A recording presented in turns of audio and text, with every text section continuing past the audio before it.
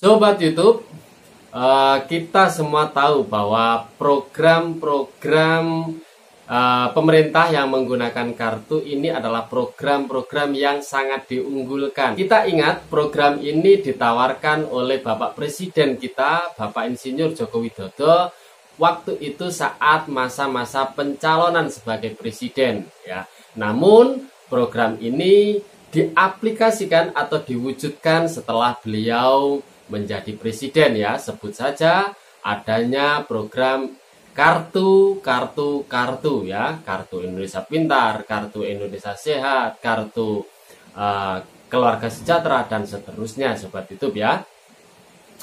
Namun seingat saya memang sebelum Presiden Joko Widodo itu sudah ada sih kartu, namun lebih ditegaskan lagi pada masa jabatan dari Bapak Presiden Joko Widodo hingga saat ini ya.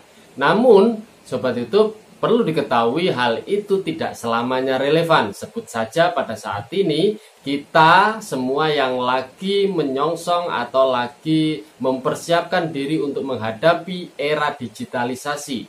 Maka dari itu program-program itu ya juga harus mengikuti update-nya zaman ya. Artinya mengikuti era-era digitalisasi tersebut.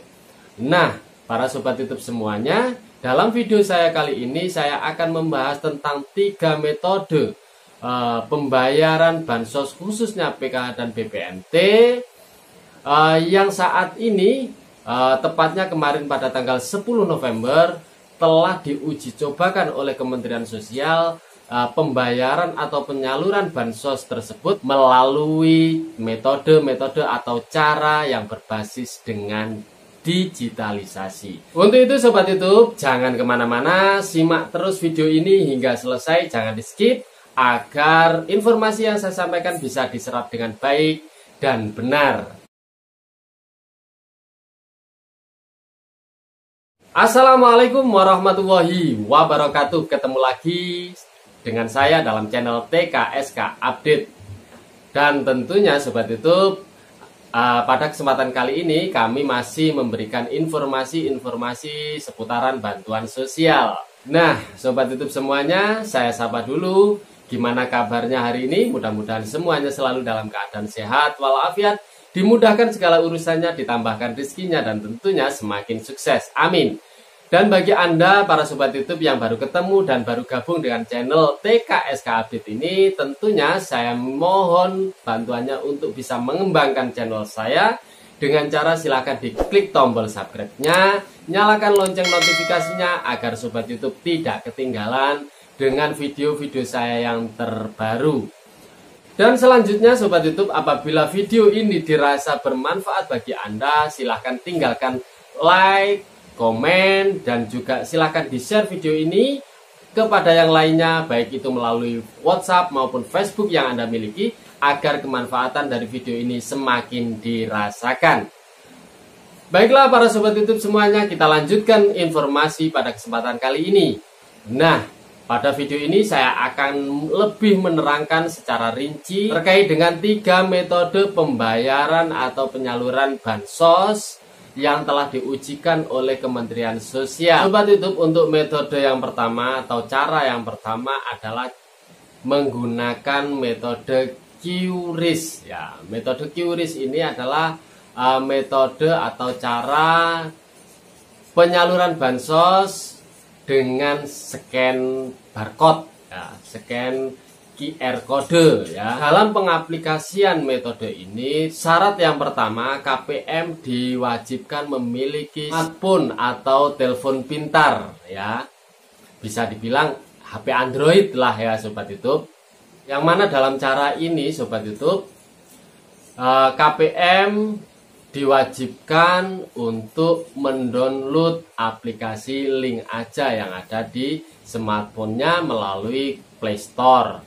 Nah, setelah itu, setelah di-download, KPM bisa aktivasi akunnya ya. Ya, banyak syarat di situ. Salah satunya adalah memasukkan nomor NIK, terus foto KTP elektroniknya dan seterusnya. Nah, setelah di situ diterima oleh aplikasi, maka selanjutnya bank penyalur atau pemilik dari aplikasi tersebut meneruskan hasil verifikasi data Anda, data KPM ini kepada pihak Kementerian Sosial atau pihak penyedia data ya. Selanjutnya dilakukan verifikasi di situ. Apabila orang yang telah mengaktifkan akun ini merupakan KPM atau penerima manfaat, maka akan disetujui sobat YouTube. Nah, setelah disetujui, maka KPM tersebut barulah bisa mengakses menu bansos yang ada di aplikasi link aja yang sudah dimiliki.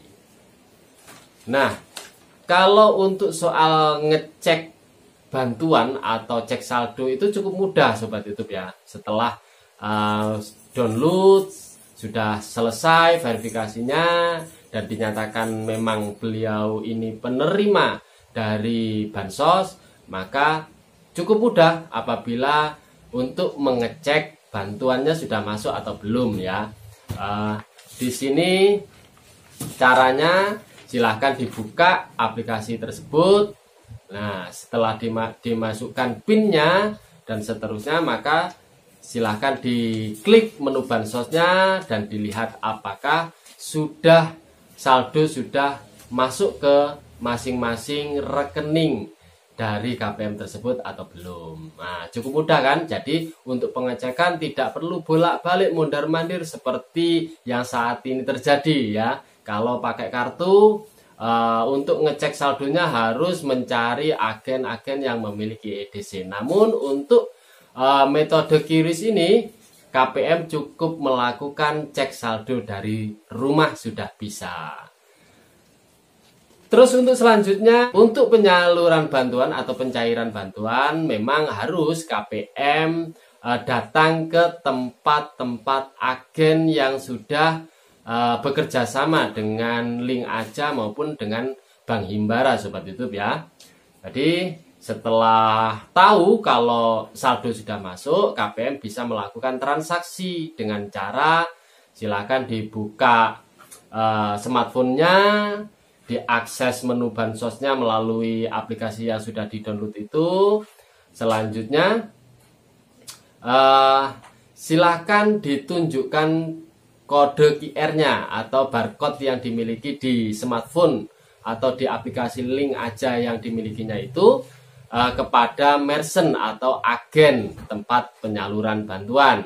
Selanjutnya si agen melalui ponselnya juga ya, melalui ponselnya yang sudah diinstal, yang sudah diberi aplikasi yang relevan ya, aplikasi dari link aja itu, maka si merchant atau si agen ini cukup menyeken barcode yang dimiliki oleh KPM. Selanjutnya sudah terdeteksi dan bisa dilakukan transaksi sobat YouTube ya. Nah, cukup mudah ya, cukup mudah. Jadi di sini tidak terlalu ribet ya sobat YouTube apabila sudah dilakukan. Mungkin ribetnya di awal sih ya, apabila kita KPM harus download, harus melakukan verifikasi dan lain sebagainya. Namun apabila sudah berjalan cukup mudah ya, cek saldo dari rumah, terus selanjutnya sudah tahu saldonya benar-benar sudah masuk, tinggal KPM datang ke merchant atau agen untuk melakukan transaksi. Itu ya sobat YouTube. Terus metode yang kedua atau cara yang kedua ini adalah dengan cara USSD ya. Ini cara ini yang mana apabila penyalurnya adalah PT Pos Indonesia.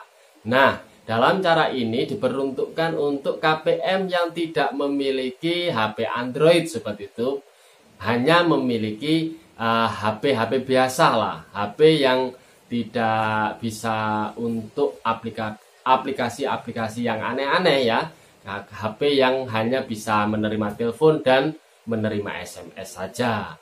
Nah, dalam aplikasi ini Yang pertama, KPM diwajibkan aktivasi juga dengan cara KPM nanti akan diberi pemberitahuan atau surat panggilan oleh PT Pos Indonesia yang dikirim ke alamat KPM masing-masing. Selanjutnya KPM datang ke PT Pos atau datang ke tempat-tempat yang sudah ditentukan oleh PT Pos dengan cara KPM mempersiapkan data diri, baik itu data KK maupun data KTP elektroniknya. Di situ KPM melakukan aktivasi di kantor pos dan KPM menerima SMS ya, menerima SMS dan selanjutnya KPM bisa mengetahui saldo sudah masuk atau belum. Setelah dilakukan aktivasi Sobat YouTube, apabila KPM ini memang dinyatakan lolos atau benar-benar penerima manfaat, maka KPM bisa melakukan transaksi. Ya, transaksinya bisa kalau di kantor pos itu bisa dalam bentuk tunai Sobat YouTube ya. Bisa bentuk tunai.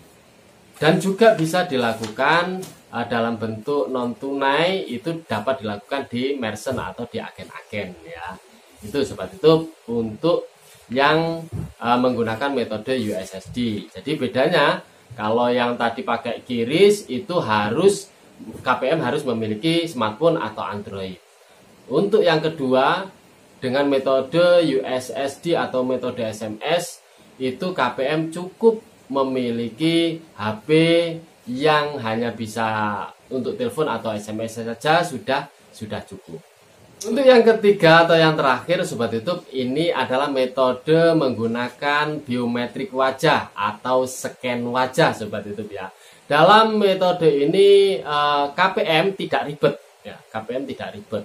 KPM tidak harus memiliki ponsel pintar dan juga KPM tidak memiliki HP biasa pun tidak apa-apa. Jadi memang metode ini diperuntukkan untuk KPM yang tidak memiliki HP ya.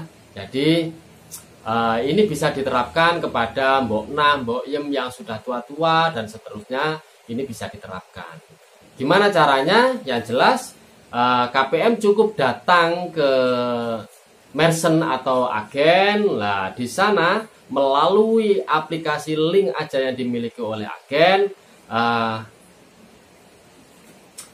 Selanjutnya dilakukan verifikasi dengan cara di situ merchant atau agen membuka aplikasinya. Terus untuk KPM yang baru ya, ini merchant wajib melakukan input info diri KPM dulu terlebih dahulu ya. Jadi setelah dibuka aplikasi link yang dimiliki oleh agen atau merchant, selanjutnya agen akan memasukkan data-data yang dimiliki oleh si KPM tersebut ya, dilakukan memasukkan nomor NIK, nama, bank penyalurnya, foto KTP elektroniknya, dan yang terakhir adalah foto wajahnya. Ya, itu ya. Terus untuk selanjutnya setelah dilakukan itu barulah di sana akan muncul saldo ya, muncul saldo dari KPM tersebut ya. Yang saldo tersebut selanjutnya bisa dilakukan transaksi penyaluran bantuan sosial. Nah, itu Sobat YouTube ya. Jadi ada 3 metode yang kemungkinan nantinya akan diaplikasikan untuk penyaluran bantuan sosial. Yang mana metode ini sudah diuji cobakan sejak kemarin tanggal 10 November tahun 2021. Nah, di mana saja pengujiannya sudah kami bahas di video saya yang sebelumnya. Dalam metode-metode ini tentunya pemerintah sudah memikirkan ya, di dalam masyarakat kita ada yang sudah sangat respon terhadap kemajuan teknologi. Para KPM yang memiliki handphone Android, smartphone dan seterusnya itu, maka dilakukan metode pembayaran dengan cara scan kode tadi ya, scan barcode itu tadi. Namun apabila yang belum memiliki HP Android ya, maka bisa dilakukan dengan cara metode USSD atau metode SMS. Dan yang terakhir, bagi KPM yang tidak sama sekali memiliki HP, bisa dilakukan dengan cara metode scan wajah atau biometrik wajah. Baiklah para sobat YouTube semuanya, itu saja yang dapat saya sampaikan. Mudah-mudahan bisa memberi pencerahan bagi Anda semuanya. Dan saya mohon maaf apabila penjelasan ini dirasa masih kurang jelas ya. Untuk itu sobat YouTube perlu dimaklumi ya, inilah kemampuan kami untuk bisa memberikan sedikit ilmu, informasi kepada Anda. Dan saya akhiri, wassalamualaikum warahmatullahi wabarakatuh.